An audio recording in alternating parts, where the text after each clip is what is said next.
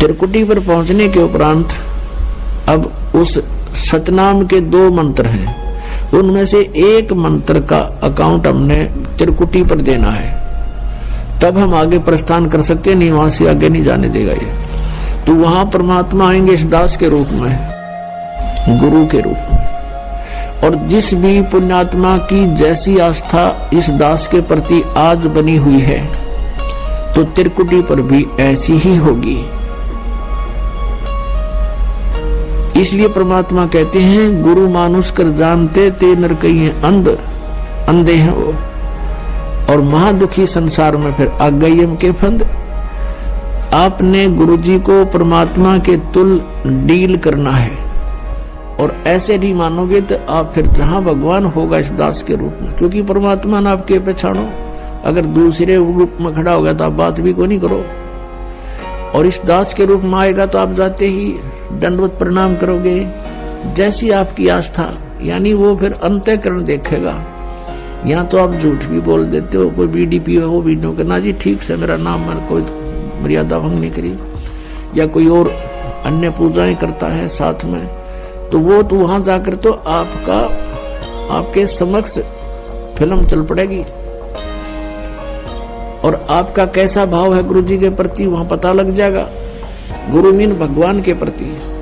तो वहां अगर आपके मन में दोष रहा तो आप वहां से रिजेक्ट हो जाओगे, और कहते वहां का गिरा फिर नहीं जाता, वहां का गिरा वापस नहीं जाता फिर कभी भी। ऐसा बुरा हाल हो जाता है इस प्राणी का, जब इतना कुछ यहाँ करवाया जाता है, समझाया जाता है, और फिर हम वही गफलत करते हैं, तो फिर अपनी करी कराई भक्ति का नाश हो जाता है। त्रिकुटी पर जाकर के परमात्मा आएंगे, वह बहुत बड़ा मेला लगा होगा, इंटरनेशनल एयरपोर्ट है। जैसे कोई विष्णु जी का उपासक है वो भी वहां खड़ा होगा, शिव जी का उपासक है वो भी वहां खड़ा होगा, और ब्रह्मा जी का उपासक है वो भी वहां खड़ा होगा, दुर्गा का उपासक है वो भी वहीं होगा, ब्रह्म का उपासक भी वहीं होगा, और पूर्ण परमात्मा का उपासक भी वहीं खड़ा होगा। अब वहां बहुत बड़ा भीड़ होगी, मेला होगा।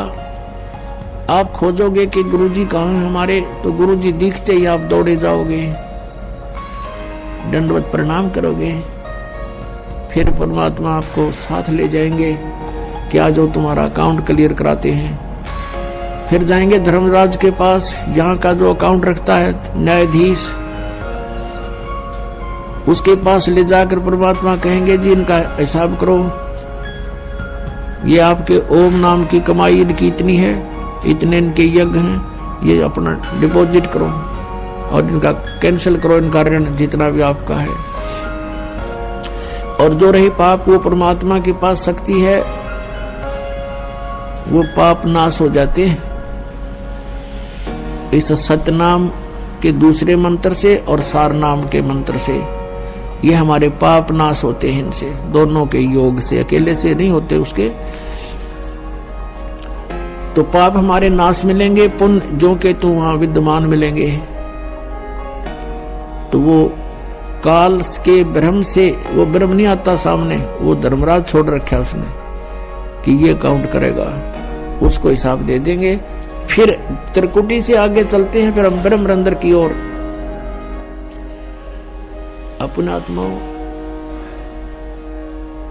काल ने बहुत ज्यादा जुगाड़ जोड़ रखा है, और जो ज्ञान हमें प्राप्त है अभी तक पता था, वो बहुत ही सीमित ज्ञान था।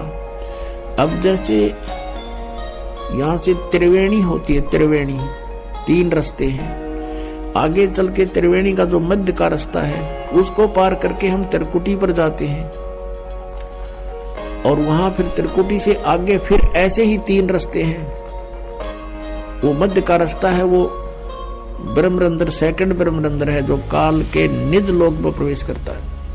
अब ये ब्रह्मरंध्र मान रहे थे 10वां द्वार, 10वां द्वार, हमने 12वें द्वार को पार करके सतलोक जाना है। तो वहां पर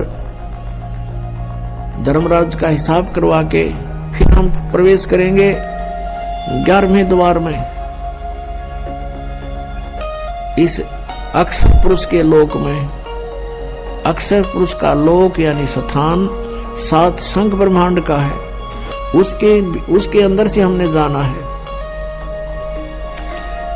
तो उसका ऋण हमारे ऊपर, वो सिर्फ इतना ही टैक्स हो जाता है, वहां से वहां तक जाने का उसका किराया है। सतनाम के दूसरे मंत्र का जो तत्व है उसका, तो वो परब्रह्म के लोक में हम इसको दे देंगे, परमात्मा साथ रहेंगे। फिर हम 12वें द्वार में जाएंगे, भवन गुफा पार करके, और वो सतलोक प्राप्ति होगी उस 30